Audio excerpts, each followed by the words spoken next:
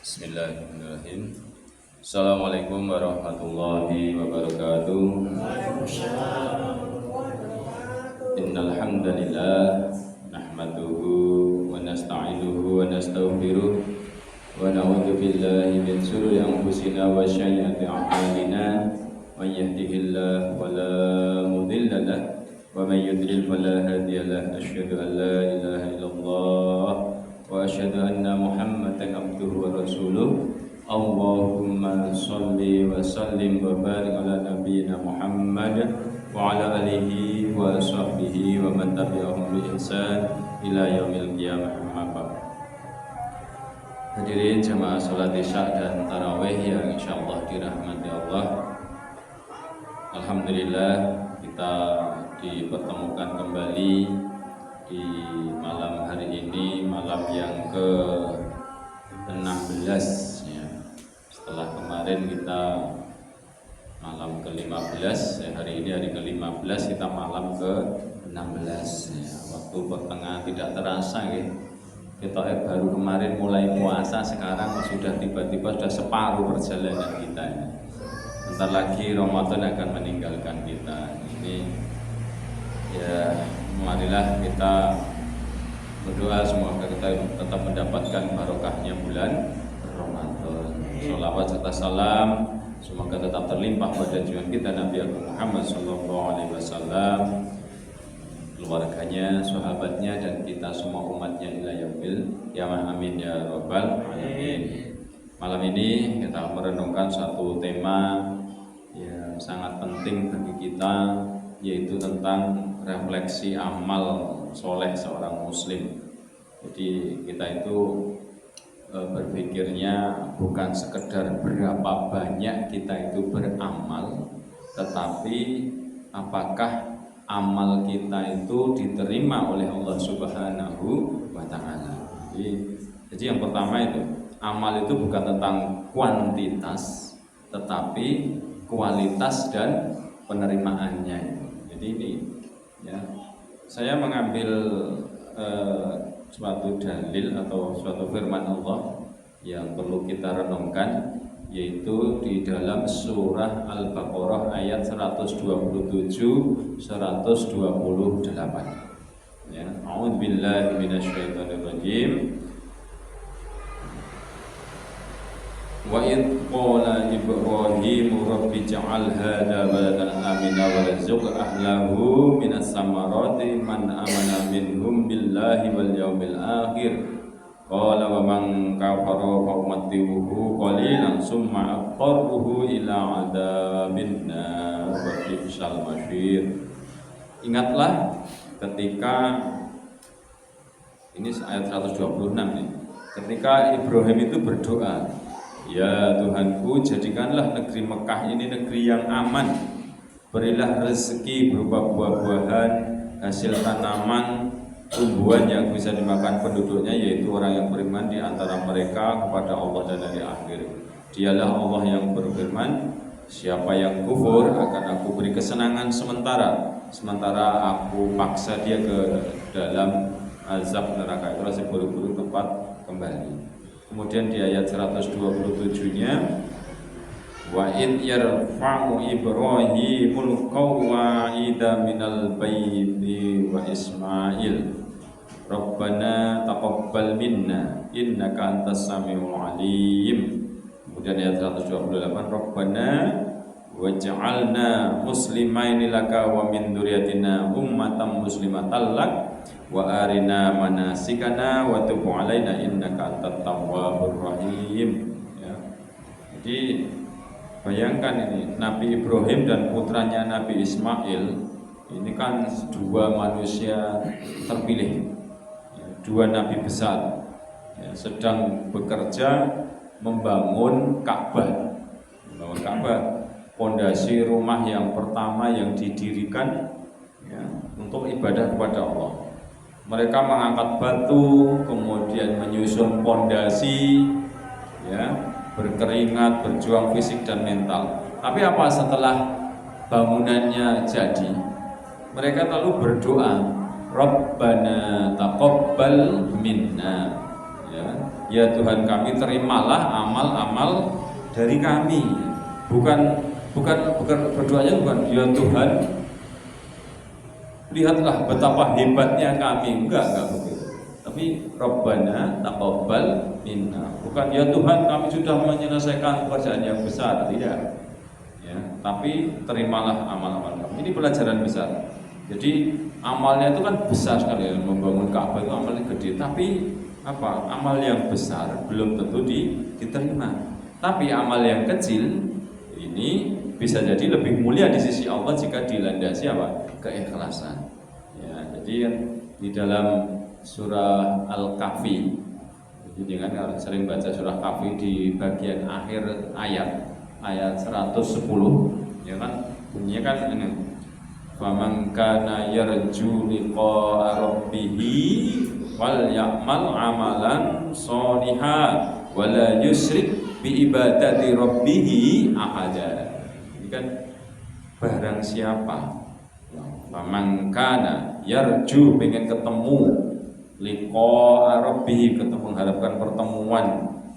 Yarju itu mengharapkan, liqa itu ketemu rabbih pada Tuhanmu atau Rabbmu, fal ya'mal maka beramal soleh, amalan solihah, wala yusyrik bi ibadati rabbih ahada, dan jangan dia mempersekutukan dalam beribadah kepada Rabbnya itu dengan sesuatu pun. Artinya apa? Bahwa tujuan dari amal itu bukan pada pujiannya manusia. Wah, sholatnya sregep, wah posone iso 30 dina, wah iku apa meneh sedekah akeh. Enggak tapi apa? Bukan ketenaran, bukan penghargaan, tapi apa? Ridho Allah. Jadi wis ora mesti Allah. Jadi itu. Jadi yang kedua, ikhlas itu adalah fondasi dari amal yang diterima. Ada satu kisah yang menyentuh hati dari zaman sahabat, ya. Diriwayatkan oleh seorang lelaki datang kepada Khalifah Umar ibnul Khattab atau Umar bin Khattab radhiyallahu anhu. Dia berkata, wahai Amirul Mukminin, ya, saya telah sholat malam selama 30 tahun. Umurnya sudah 30 tahun. Enggak ya, lebih ya. Sholat malam itu kan berarti orangnya sudah 30 tahun. Saya sudah puasa Senin Kamis dan sudah bersedekah setiap hari, tapi saya takut apakah amal saya itu diterima atau tidak. Umar begitu dilapor itu langsung nangis. Wah saudaraku, bukan orang yang banyak beramal yang akan masuk surga, tapi yang amalnya itu yang diterima oleh Allah Subhanahu wa Ta'ala. Berarti sing diterima sing amal sing piye? Ya amalnya orang yang ikhlas, yang kedua yang mengikuti sunnah. Kan innamal a'malu bin niat kata Nabi, ya. Sesungguhnya itu amal tergantung pada niat. Wa innamal likulli imri'in ma nawa. Dan sesungguhnya bagi setiap orang itu apa yang dia niatkan. Maka sebelum kita itu sholat, sebelum kita itu sedekah, sebelum kita itu puasa kan sebelum kita puasa sahur ya harus niat. Kalau niat malam juga boleh niatnya terus. Jadi sebelumnya itu kita bicara pada diri untuk apa? Untuk apa tuh saya melakukan semua ini? Maka jika jawabannya itu, wah aku nglakoni ini ben dipuji, ben diarani wong alim, ben diarani wong santri, ben diarani wong sing apa meneh. Ben diarani agar muni ben diarani agar dipuji orang, agar dilihat, agar dipuji di apa meneh di media sosial. Nah, ini maka hati-hati karena itu bisa merusak keikhlasan. Karena menurut Ibnu Mubarak ada dua hal yang disia-siakan oleh manusia: mengharap pahala saat bekerja, mengharap pahala saat memberi nafkah keluarga. Artinya apa? Jika seorang suami itu bekerja mencari nafkah, niate mencari nafkah keluarga karena Allah, maka dia itu disebut ibadah. Seorang ibu sing masak, ya, mengurus anak, membersihkan rumah, jika dilakukan karena Allah, maka itu dinamakan ibadah. Pokoknya tidak ada yang kecil di sisi Allah selama dilakukan dengan niat yang benar. Nah, Maka yang ketiga, doa setelah amal itu adalah ciri orang yang tawadhu dan tawadhu. Kita sering berdoa sebelum makan kita berdoa Bismillahirrahmanirrahim, ya, menyebut nama Allah. Kita sebelum sholat itu takbir Allahu Akbar, takbir, ya. Tapi berapa dari kita yang berdoa setelah sholat, setelah sedekah, setelah membaca Quran? Padahal Nabi Ibrahim alaihissalam, Nabi Ismail alaihissalam tidak hanya berdoa setelah membangun Ka'bah, tapi setelah selesai membangun langsung berdoa Rabbana taqabbal minna, ya Allah terimalah amal-amal kami. Ini bentuk kerendahan yang luar biasa, ya.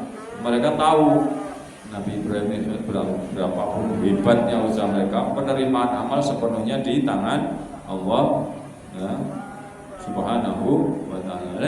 Di bulan Ramadan ini, ya, ini juga menurut kisahnya dulu kan para salaf berdoa 6 bulan supaya bisa sampai ke Ramadan. 6 bulan supaya sampai ke Ramadan. Lalu setelah Ramadan selesai berdoa lagi 6 bulan supaya amalnya itu mereka diterima. Makanya kalau di Idul Fitri itu kan banyak berdoa, kita saling mendoakan Rabbana, apa? Bukan saling maaf-maafan, tapi kan taqabbalallahu minna wa minkum.